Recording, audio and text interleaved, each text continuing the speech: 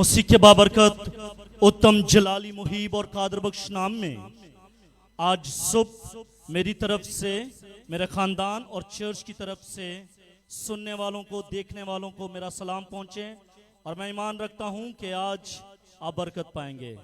Hallelujah, hallelujah. आज इस खादिम का तारुफ मैं करवाने लगा हूं। ये छोटा सा बच्चा था जब हम बड़े थे, अब हम बुजुर्ग हो गए हैं, ये नौजवान हो गए हैं। जब हम जवान थे तो ये बच्चा था, तो ये अक्सर चर्च में आया जाया करता था। मुझे खिदमत मिली चर्च को रिबिल्ड करने की, तो अक्सर वकार यूनस वहां पर आया करता था। बड़ी लगन थी चर्च के साथ। मालूम नहीं था कि आने वाले वक्तों में खुदा ने इसको अपनी खिदमत के लिए बुलावा बख्श देना है।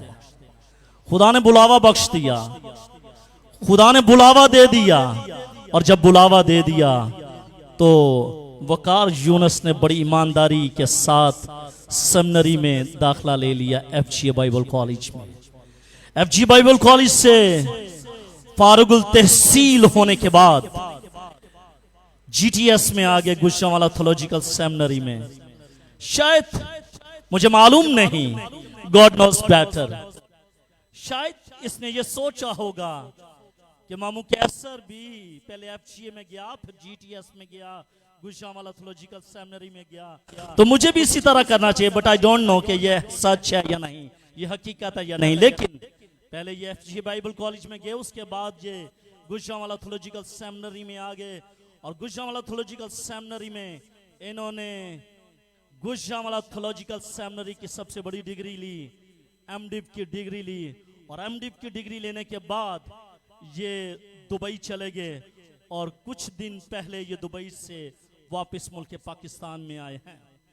हमारे लिए खुशी की बात है कि जिन बच्चों को हम अपनी आंखों से खेलते कूदते देखते हैं, आज उन्हीं बच्चों को हम मस्बा पर जब देखते हैं तो हमें खुशी मालूम होती है, खुशी महसूस होती है कि ये हमारे लगाए हुए पौधे हैं जिसकी वजह से आज ये परवान चढ़ रहे हैं। कुछ टाइम पहले मुझे कह रहा था, मामू आप मोस्ट सीनियर हैं मुझसे, तो आप बैठे होंगे, तो शायद, तो मैंने इसके साथ दो बातें की। मैंने जब दो बातें की तो मैंने एक बात कहूंगा आपको। हमें किसी ने बुलाया कन्वेंशन पर, हम सब नौजवान बहन भाई गए वहां पर। मैंने प्रीच करना था, तो आसफ भाई ने वहां पर आर्गन प्ले करना था, प्रस्तिश आमर भाई ने करनी थी। तो वहां पर एक नौजवान आया था, उसके पास बहुत वीआईपी किस्म का ऑर्गन था, कार्गो क्या नाम, ये कहते हैं, कॉर्ग, उनके पास ऑर्गन था, बड़े पीस और बड़ी खूबसूरती के साथ बजा रहा था। तो आसफ भाई ने उसको देखा, तो आसफ भाई थोड़े से फील उन्होंने किया, तो मैंने उसको कहा, आसफ को, मैं दैट टाइम मुझे याद है, मैंने कहा आसफ जो कुछ इसके पास था इसने दे दिया है, इसके पास इल्म था इसने दे दिया है, लेकिन मत भूल कि तेरे साथ रूह कुद्स है। जब तू बुझाएगा तो अबर छा जाएगा, रूह कुद्स की हजूरी और ममूरी छा जाएगी। 30-35 हजार रुपए का आर्गन था, और जब आसफ ने राग को छेड़ा तो अबर छा गया। आमीन। जब आमिर भाई ने प्रस्तिश की तो अबर छा गया। तो मैं वकार को यही कह रहा था, वकार आज खुदा ने मेरे मुंह में कलाम नहीं डाला, आज तेरे मुंह में कलाम डाला है खुदा ने।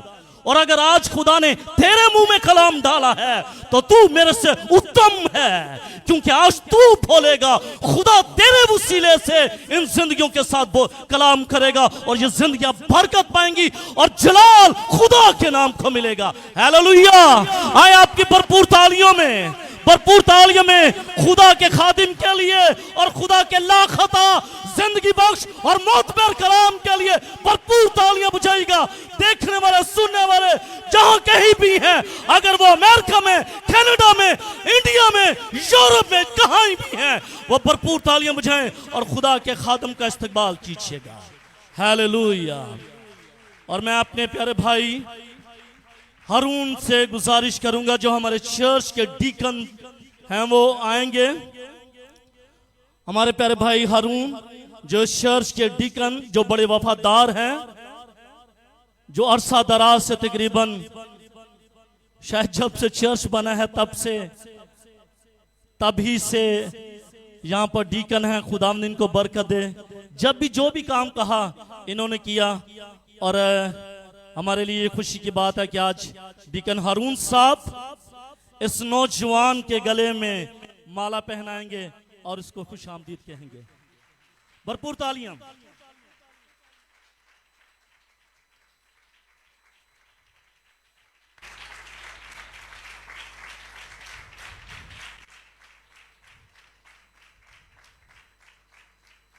हारून भाई आ जाए। Thank you very much. God bless you Haroon भाई, thank you very much. Be seated. अब मैं दावत दूंगा अपने बेटे को, नौजवान को, कि वो खुदा के कलाम को बयान करें, प्रीच करें, जो कुछ खुदा ने उनके दिल में रखा है इस कलीसिया के लिए। आए हम सब खुदावंद की आवाज को समाअत फरमाएंगे। प्रेज हालेलुया, हालेलुया। इतने ज्यादा लोग हैं हम और इतनी आवाज कम। जोरदार नारा जो मसीहों का एक नारा है, हम वो जोरदार लगाएंगे। हालेलुया।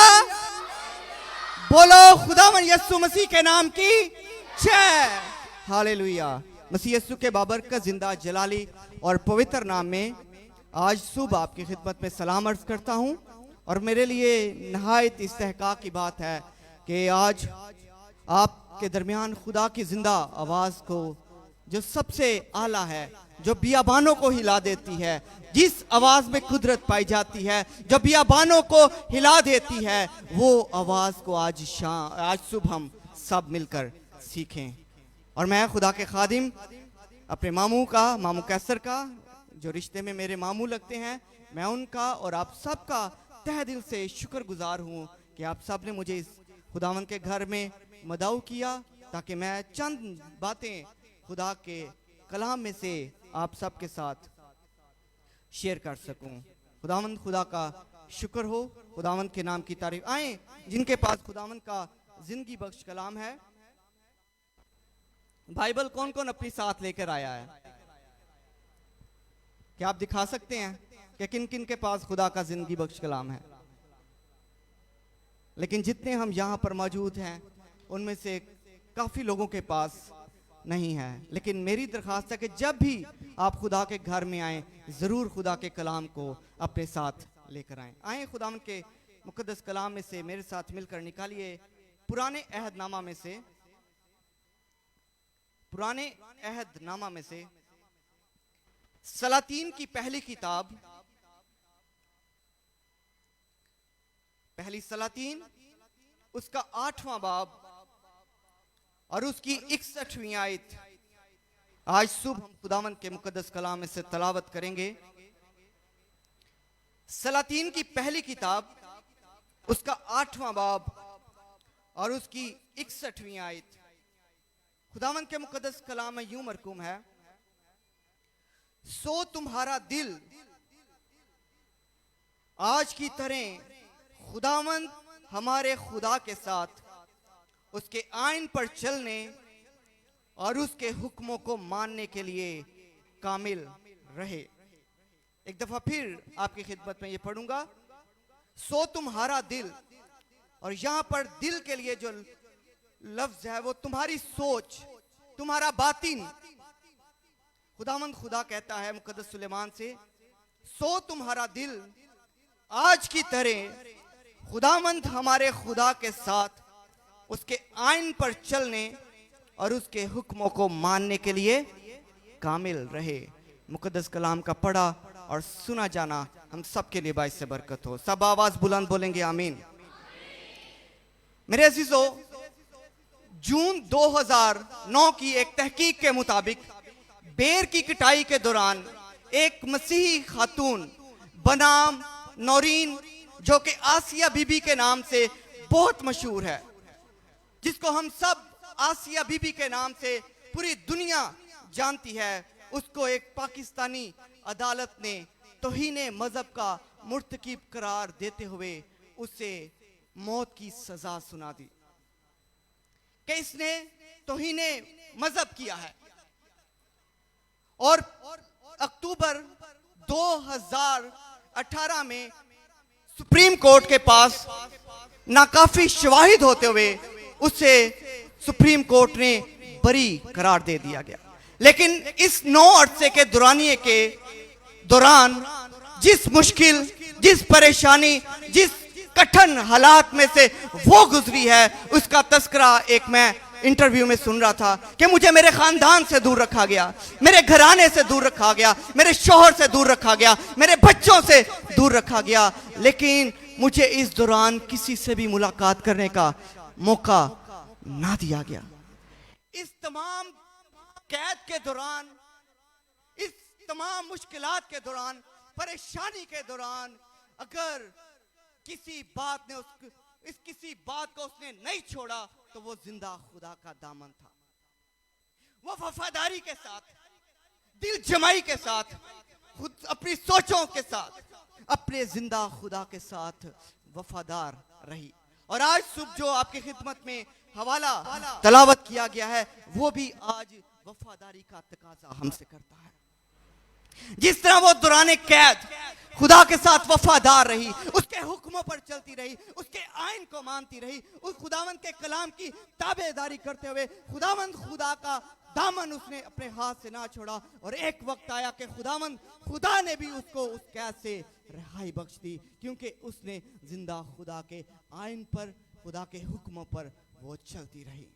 और आज सुबह भी हम खुदावंद के मुकद्दस कलाम में से यही देखते हैं कि उसके हुक्मों पर वफादारी के साथ चलना, खुदावंद की ताबेदारी करना, उसके आइन पर जो खुदावंद खुदा ने उसको हमें दिए हैं उन पर वफादारी के साथ, दिल जमाई के साथ, अपनी सोचों के साथ, अपने दिल के साथ, पूरे ध्यान के साथ जिंदा खुदा के हुक्मों पर जो खुदावंद खुदा ने अपने मुकद्दस कलाम के वसीला से हमें बख्शे हैं, उन पर वफादारी के साथ चलते रहना। जिस तरह ये खुदावंद की खादमा आसिया नौरीन कैदोबंद की हालत में खुदावंद के साथ वफादार रही, खुदावंद के साथ लिपटी रही, आज खुदावंद खुदा हमसे क्या तकाजा करता है। वफादारी के जब हम मायने देखते हैं, खास करके पुराने अहदनामा में, और जब हम बाइबल मुकद्दस का मुताला करते हैं तो इसका मुताला करते हैं, उसके लिए जो लफ्ज वफादारी के लिए इब्रानी का इस्तेमाल किया गया है वह अमूना है। इब्रानी का लफ्ज जो अमूना इस्तेमाल किया गया है, ये एक ऐसी सिफ्त है जिसका इतलाक इंसान और खुदा दोनों पर किया जाता है। जब इसका इतलाक खुदा के लिए होता है तो पुराने अहदनामा में इसका 2 तरफा मफहूम बन जाता है। सबसे पहले यह खुदा के कतई और मोतबर होने की अलामत के तौर पर, खुदा के मोतबर होने के तौर पर और साबित कदम और तलवन मजाजी के तौर पर होने को ये जाहिर करता है।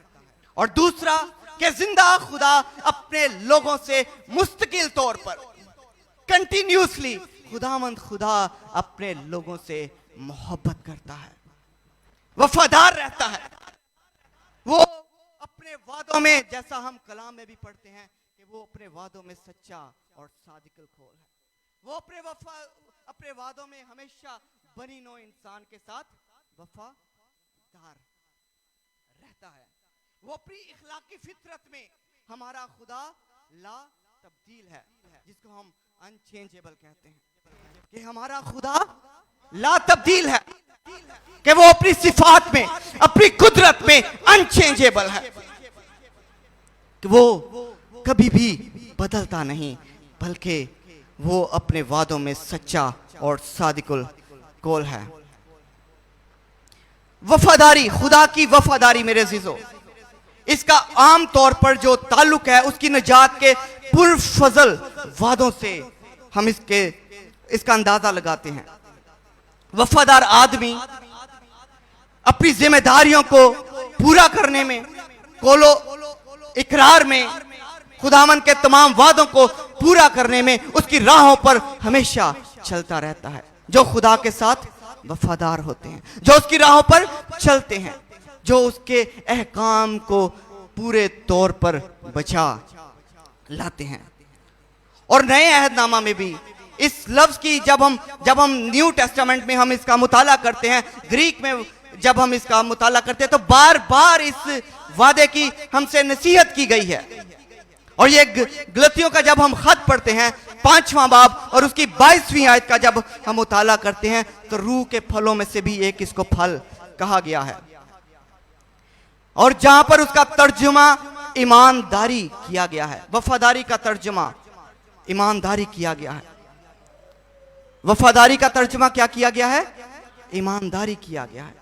सच्चे दिल के साथ, खुदा के साथ उसकी राहों पर चलते रहना, अपनी सोचों के साथ, अपने ख्यालों के साथ, अपने बातिन के साथ खुदावंद खुदा के अहकाम पर चलते रहना, उसकी बातों को मानते रहना, उसके अहकाम जो खुदावंद खुदा ने हमें दिए हैं उसकी राहों पर सच्चे दिल के साथ चलते रहना, उसकी ताबेदारी करते रहना, ये वफादारी है। जब हम पुराने अहदनामा का मुताला करते हैं तो अहद अतीक में हमें बहुत सी वफादारी की मिसालें मिलती हैं, जिनमें से सबसे पहले मुकद्दस नूह की मिसाल हम सबके सामने है मेरे अज़ीज़ों। कि मुकद्दस नूह को खुदा ने कश्ती बनाने का हुक्म दिया कि इस रूए जमीन पर जिसको मैंने इंसान को बनाया है उसको बनाने से मैं मालूल हुआ हूं, और मैं इस धरती पर, इस जमीन पर तूफान भेजने को हूं।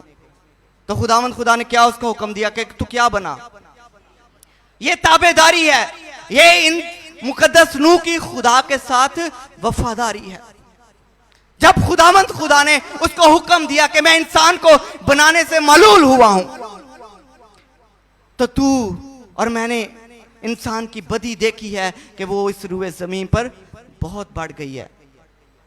तो खुदावंद खुदा ने उसको क्या कहा कि तू क्या बना? कश्ती बना। उसने खुदावंद खुदा के साथ अपनी वफादारी को शो किया, और वफादारी को शो करते हुए खुदावंद खुदा ने जब उसने कश्ती बना ली तो खुदावंद खुदा ने क्या कहा कि उसमें सवार हो गया, और बाकी जितने भी लोग थे 8 जानों को खुदा ने बचाया था। इसके पीछे क्या राज है कि मुकद्दस नूह हर एक बात में खुदा के साथ उसके अहकाम पर चलता रहा, खुदावंद खुदा की आवाज की उसने ताबेदारी की, खुदावंद खुदा की बातों को उसने माना। मेरे अज़ीज़ों, जब हम भी अपनी जिंदगी में वफादारी को शो करते हैं तो हमारा आसमान का खुदा जो मेरा और आप सबका बनाने वाला है, वो आसमान के दरीचों को खोलकर हमें बरकत देने की कुव्वत और कुदरत रखता है, जब हम जिंदा खुदा के साथ वफादारी को शो करते हैं।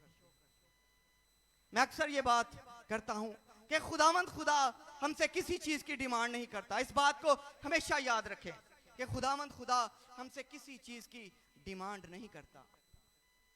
अगर वो किसी चीज की हमसे डिमांड करता है तो वो वफादार दिल है, क्योंकि ये दिल उसी का बनाया हुआ है।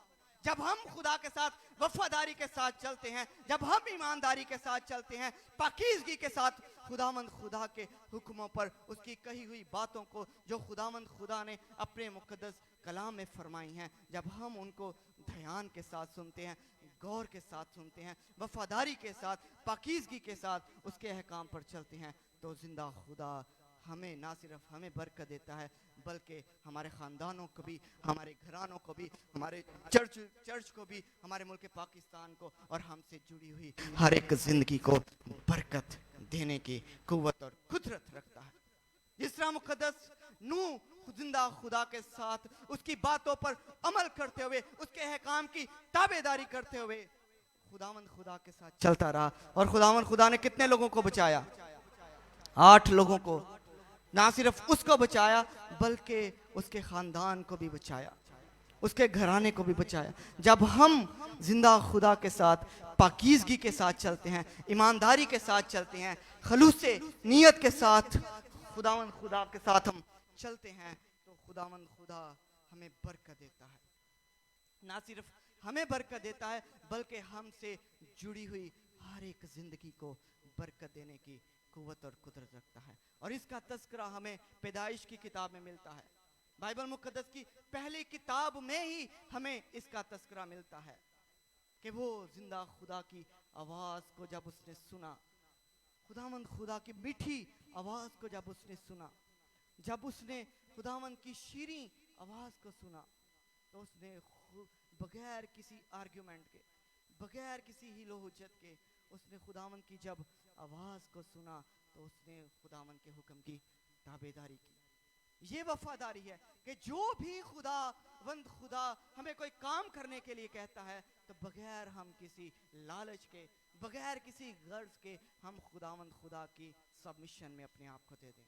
ये खुदा हमसे डिमांड करता है, ये खुदा हमसे तवक्को करता है। अगर वो हमसे किसी चीज की डिमांड करता है तो वो पाक दिल है कि हम सच्चे दिल के साथ, वफादारी के साथ, ईमानदारी के साथ जिंदा खुदा की हजूरी में अपने आप को पेश कर दें। दूसरी मिसाल मुकद्दस अब्राहम की हमारे सामने, बहुत बड़ी मिसाल हमारे सामने है कि खुदा ने जब उसको औलाद की बरकत दे दी, खुदा ने उसको औलाद से जब नवाजा, तो खुदा ने किस चीज की डिमांड कर दी उससे? उसके कीमती बेटे की ही कुर्बानी खुदा ने मांग ली। आज हमारे पास कोई अगर कीमती चीज हो तो हम उसे खोना नहीं ना चाहते, हमें उसे संभाल कर रखना चाहते हैं। खुदा ने उसको बुढ़ापे के अयाम में औलाद की बरकत दी। मुकद्दस इसहाक की सूरत में खुदा ने उसको बरकत दी, तो खुदा ने उसी चीज का उससे मुतालबा कर लिया। तो क्या मुकद्दस अब्राहम ने किसी और चीज की डिमांड की? नहीं ना की, बल्कि खुदा की आवाज की ताबेदारी करते हुए उसने खुदा के हुक्मों पर चलते हुए, खुदा की फर्मा बरदारी करते हुए पाकीज़गी के साथ उसने खुदा की राह में अपने बेटे को भी कुर्बान करने से दरेक ना किया। अगर आज का इंसान होता वो अगों हीले बहाने करदा, 100 बहाने लभदा, क्या खुदा तू मैनू अगर इन्नी देर बाद औलाद दी है तो वो भी तू मेरे को मंगन दे। लेकिन तुसा कभी बाइबल च पढ़िया कि उन्हें कोई अगों आर्ग्यूमेंट किया है? नहीं। जब खुदा की आवाज को उसने सुना तो मेरे अजीजों क्या लिखा है कि वो खुदा की आवाज की ताबेदारी करते हुए, वफादारी करते हुए वो खुदा की राह में अपने बेटे को भी कुर्बान करने से उसने दरेक ना किया। आज अगर हमारे पास कोई चीज हो तो हम उसको संभाल कर रखते हैं कि ये मेरी जिंदगी से जाती ना रहे। अगर ये कोई खूबसूरत चीज मेरे पास है, खूबसूरत घर है, बंगला है मेरे पास, कोई गाड़ी है, और अगर कोई जिंदगी की आसाइश मेरे सामने है तो हम उसको कुर्बान करने से भी, आज का इंसान होते हुए 100 ख्याल आते हैं, लेकिन मुकद्दस अब्राहम की जिंदगी हमारे सामने मौजूद है कि उसने बगैर किसी बहाने के जिंदा खुदा के कदमों में अपने आप को पेश कर, अपने बेटे की कुर्बानी को पेश कर दिया। तो खुदा ने उसको कितनी बरकत दी? बहुत ज्यादा बरकत दी। और उस सरजमीन पर खुदा ने उसको बढ़ाया। और इसका जब हम बाइबल का मुताला करते हैं तो हमें उसकी सारी जिंदगी का पता चलता है कि खुदा ने कितनी बरकतों से उससे माला माल किया, कितनी बरकतों से उसे खुदा ने माला माल कर दिया। और सारी जिंदगी हमारे सामने उसके लिए एक अमली नमूना है, लेकिन वो खुदा के साथ उसका दिल वफादार रहा, उसका दिल खुदा में कायम रहा। इसलिए मुकद्दस दाऊद 108वें ज़बूर की पहली आयत में कहता है कि खुदा मेरा दिल तुझ में कायम है, ऐ खुदा मेरा दिल तेरे साथ वफादार है।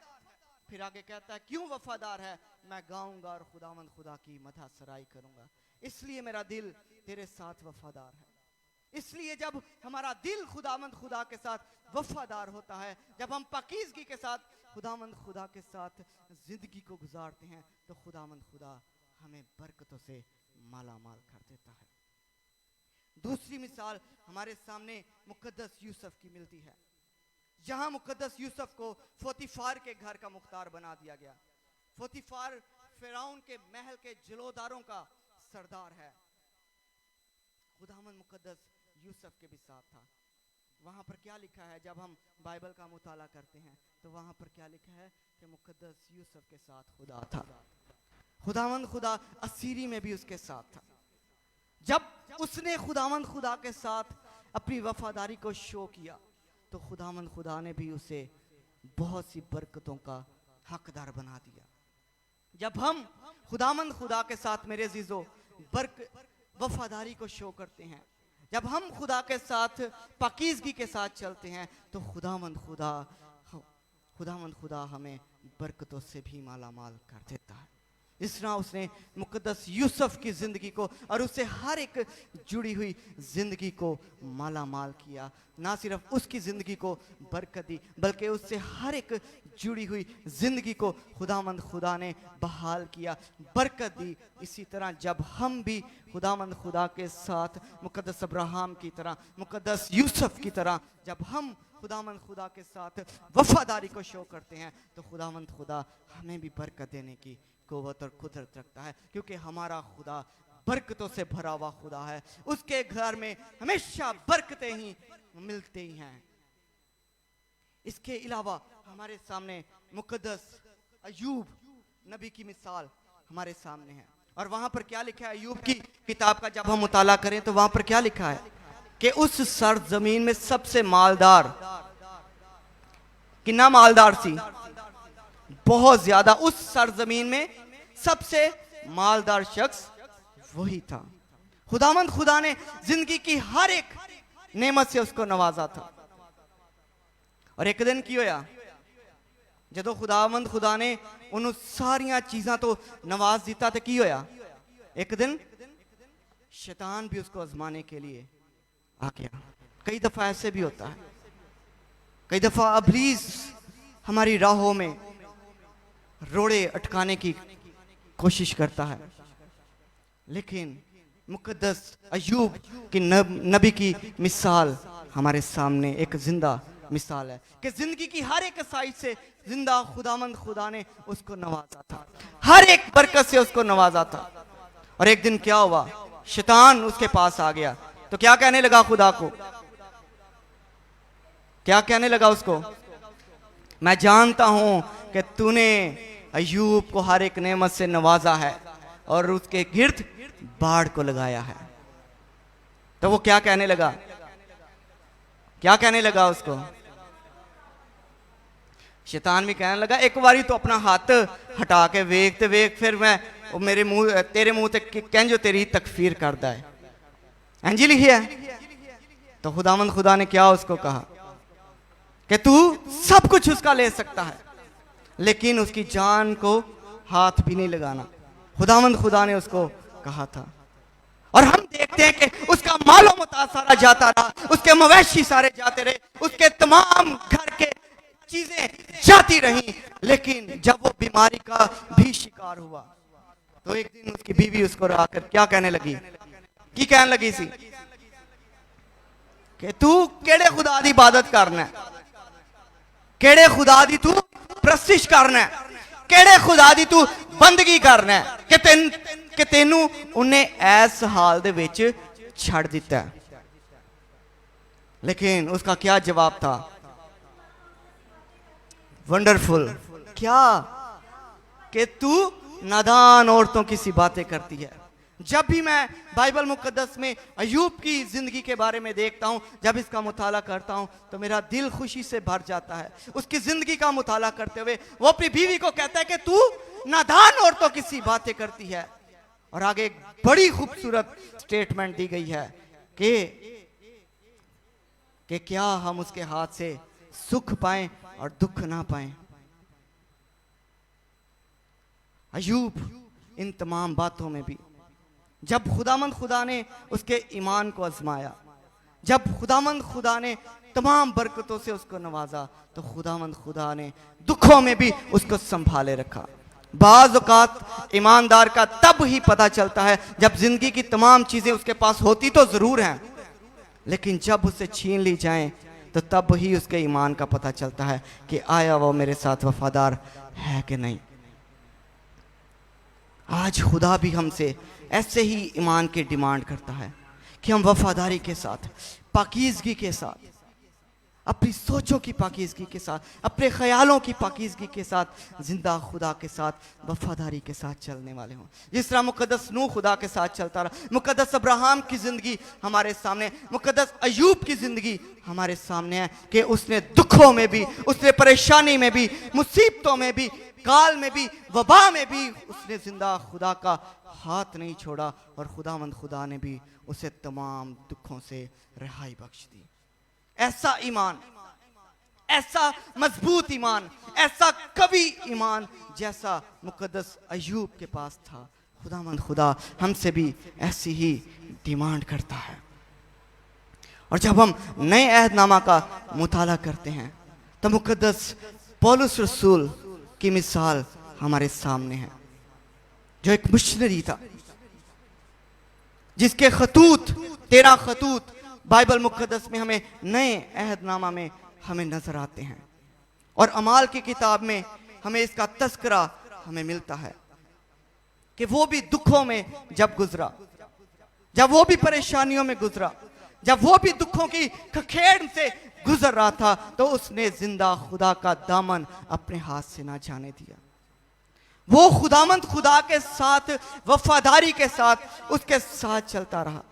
बेशक उसको कैद खाने में डाल दिया गया, बेशक उसको दुखों से गुजरना पड़ा, लेकिन उसने जिंदा खुदा का दामन अपने हाथ से जाने ना दिया। और खुदामंद खुदा ने भी उसे तमाम दुखों से रिहाई बख्शी। आज खुदा, अगर हम दुख में हों, अगर हम परेशानी में हों, अगर हम पर जरा सी भी कोई मुसीबत आ जाए, परेशानी आ जाए, तो हम मिनट से पहले हम इनकार कर देते हैं। लेकिन इन दुखों में भी मुकद्दस अब्राहम खुदा के साथ चलता रहा, मुकद्दस अयूब, मुकद्दस नूह, मुकद्दस पौलुस रसूल खुदावंद खुदा के साथ चलता रहा। और जब उसको कैद खाने में डाल दिया गया, जब उन पर तशद्दुद किया गया, उसको मारा गया, उसको सताया गया, लेकिन तब भी वो अपने खुदावंद खुदा के साथ वफादार रहा। आज हम पर कोई मुसीबत आती है तो क्या हम उसके साथ वफादार रहते हैं? अपने जिंदा खुदा के साथ क्या हम जिस खुदा ने हमें बनाया है, जिस खुदा की हम प्रस्तिश करते हैं, जिस खुदा की हम इबादत करते हैं, जिस खुदा की हम सिताइश करते हैं, क्या जब हम पर कोई दुख आता है, मुसीबत आती है, परेशानी आती है, कोई ऐसा प्रॉब्लम हमारी जिंदगी में आ जाता है, तो क्या उन हालात में हम मुकद्दस पौलुस रसूल की तरह उन हालात का सामना करते हैं?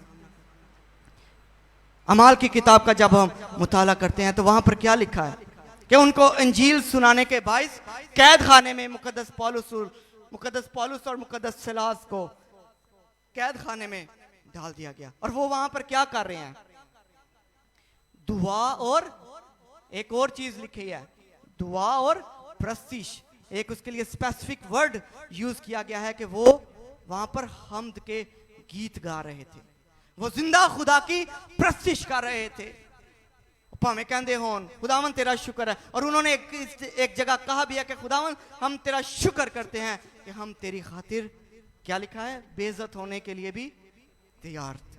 अमाल की किताब का जब हम, वो दुखों के सताए हुए थे, परेशानी की हालत में थे, वो मुश्किल की हालात में थे, परेशानी की हालत में थे, लेकिन वो जिंदा खुदा की प्रस्तिश कर रहे थे, जिंदा खुदा की इबादत कर रहे थे, ना कि अपने हालात को कोस रहे थे, बल्कि वो वहां पर भी उनके हाथों और पांव में बेड़ियां पहनाई गई थी, कैद खाने में डाल दिया गया था, लेकिन वो भी जिंदा खुदा की प्रस्तिश कर रहे थे।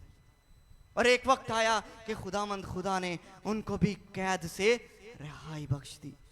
जब हम खुदामंद खुदा के साथ, मेरे अजीजों, वफादारी के साथ उसकी राहों पर चलते रहते हैं, ईमानदारी के साथ उसके कलाम पर अमल करते हुए, उसकी राहों पर जो जिंदा खुदा हमारा बताता है, जब हम उसकी राहों पर चलते रहते हैं, तो वफादारी के साथ, ईमानदारी के साथ, दिल की पाकीज़गी के साथ, खलूस से नीयत के साथ जब हम जिंदा खुदा के साथ चलते हैं, तो खुदावंद खुदा हमें भी तमाम बीमारियों से शिफा देने की कुव्वत और कुदरत रखता है। वो उन तमाम दुखों से, अगर हमारी जिंदगी में दुख परेशानी आ भी जाए, कोई मुसीबत का हमें सामना हो भी जाए, अगर हम पाकीज़गी के साथ जिंदा खुदा की हजूरी में चलते हैं, तो खुदावंद खुदा हमें उन तमाम दुखों से, परेशानियों से हमें निकालने की कुव्वत और कुदरत रखता है। हालेलुया। आज हमारे लिए भी यही लम्हा फिक्रिया है। जब हम वफादारी के साथ चलते हैं तो इसकी बरकत क्या मिलती है हमें। मुकद्दस अय्यूब के जैसे मैंने जिक्र किया है कि जब वो वफादारी के साथ जिंदा खुदा की आवाज को सुनते हुए, उसकी आवाज को फॉलो करते हुए वो अपने जिंदा खुदा के साथ वफादार रहा, तो खुदामंद खुदा ने एक वक्त आया कि उसे भी सरफराज कर दिया। जब हम दुखों की खखेड़ में हो, जब हम दुखों में से गुजर रहे हो, तो हमने सिर्फ एक ही काम करना है, और वो खुदा की शुक्रगुजारी करनी है। और शुक्रगुजारी किस तरह करनी है? किस तरह करनी है शुक्रगुजारी? पाकीज़गी के साथ, खलूस नीयत के साथ और वफादारी के साथ। तब ही हमारा पता चलता है। जिस तरह मुकद्दस अय्यूब की मिसाल हमारे सामने है, मुकद्दस अब्राहम की मिसाल हमारे सामने है, मुकद्दस नूह की मिसाल हमारे सामने है, और नए अहदनामा में मुकद्दस पौलुस रसूल की, मुकद्दस सिलास की जिंदगी हमारे लिए एक नमूना है कि हम वो वफादारी के साथ उस कैदोबंद की हालत में भी, उस परेशानी की हालत में भी, मुसीबतों में, दुखों में, परेशानियों में भी वो जिंदा खुदा के साथ खुदावंद की हम्द करते रहे। तो एक वक्त आया कि खुदावंद खुदा ने उस कैद से भी उनको रिहाई बख्श दी।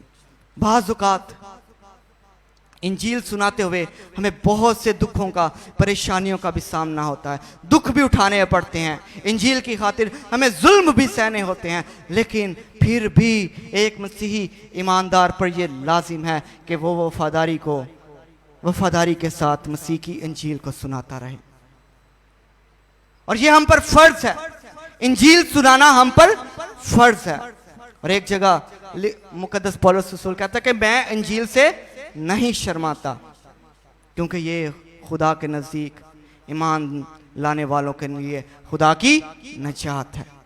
हमें वफादारी के साथ, खुदा ने जो भी हमें रिश्ता दिया है उसको हमने बड़ी वफादारी के साथ हमें निभाने की ज़रूरत है। जिस तरह मुकद्दस अब्राहम खुदा की आवाज़ को सुनते हुए, खुदामंद खुदा की आवाज़ को उसने फॉलो करते हुए वफादारी को शो किया, मुकद्दस नूह ने अपनी वफादारी को शो किया, मुकद्दस अय्यूब ने वफादारी को शो किया, मुकद्दस अब्राहम ने वफादारी को शो किया। इसलिए मेरे अज़ीज़ों, हम पर भी ये लाजिम है कि हम उसके गवाह होते हुए, इंजील के गवाह होते, हम उसके मानने वाले होते, बतौर मसीह हम पर भी ये फर्ज है कि हम बड़ी ईमानदारी के साथ, वफादारी के साथ, पाकीज़गी के साथ जिंदा खुदा की इंजील की मुनादी करते रहें। चाहे दुख हो, चाहे कैसे भी हालात हों, हमने हर एक हालत में खुदावंद की शुक्र गुजारी करनी है, क्योंकि खुदावंद खुदा का कलाम हमें यही सिखाता है। जब हम पहला थस्सलुनीकियों का जब हम मुताला करते हैं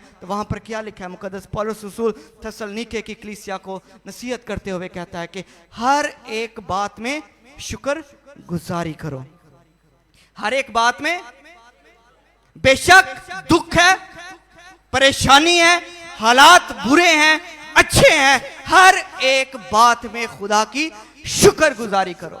वफादारी के साथ खुदा के साथ चलते रहो, वफादारी के साथ, ईमानदारी के साथ, पाकीज़गी के साथ खुदावंद खुदा के साथ चलते हुए उसकी शुक्रगुजारी करते रहो। जब हम पर कोई मुसीबत आती है तो हम खुदावंद खुदा की शुक्रगुजारी नहीं करते, बल्कि हम अपने हालात को कोसना शुरू कर देते हैं। हम उन हालात पर मातम करना, वावेला करना शुरू कर देते हैं।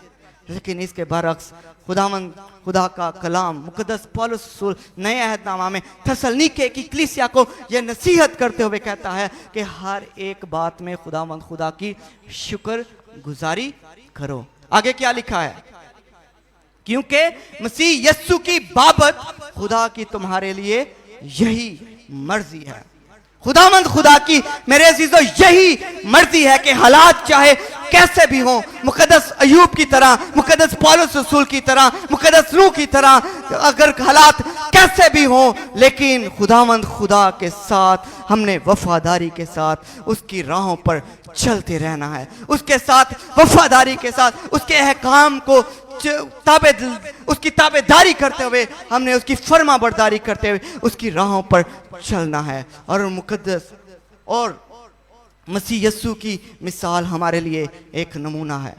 जब हम फिलिपियों के खत का मुताला करते हैं, उसके दूसरे बाब का मुताला करते हैं, 5वीं से 11वीं आयत का जब हम मुताला करते हैं, तो वहां पर एक मसीह के करैक्टर के बारे में हमें बताया गया है कि अगरचे वो खुदा की सूरत पर था, उसने कैसे, तो भी उसने दुख उठाकर, कैसे दुख उठाकर, ये बात याद रखें मेरे अजीजों, ईमानदार की जिंदगी में दुखों का होना बहुत जरूरी है। ईमानदार की जिंदगी में दुखों का होना बहुत जरूरी है, और उसमें से हर एक ईमानदार को गुजरना पड़ता है। लेकिन जो इन दुखों में, परेशानियों में, मुसीबतों में, वबा में, काल में जिंदा खुदा के साथ वफादार रहते हैं, खुदावंद खुदा के साथ वफादारी को शो करते हैं, खुदावंद खुदा के साथ ईमानदारी का इजहार करते हैं, तो खुदावंद खुदा मुकाशफा की किताब में क्या लिखा है कि जो जान देने तक वफादार रहेगा, मैं उसे जिंदगी का ताज दूंगा। ये वफादार रहने की एक शर्त है कि जो दुखों में, जो परेशानियों में, जो हालात के सताए हुए लोग हैं, अगर वो अपने जिंदा खुदा के साथ, जो उनका बनाने वाला है, जो उनका खलक करने वाला है, जब उसके साथ हम वफादार रहेंगे, जब हम उसके साथ पाकीज़गी के साथ जिंदगी गुजारेंगे, तो खुदामंद खुदा कहता है कि मैं उसे जिंदगी का ताज दूंगा।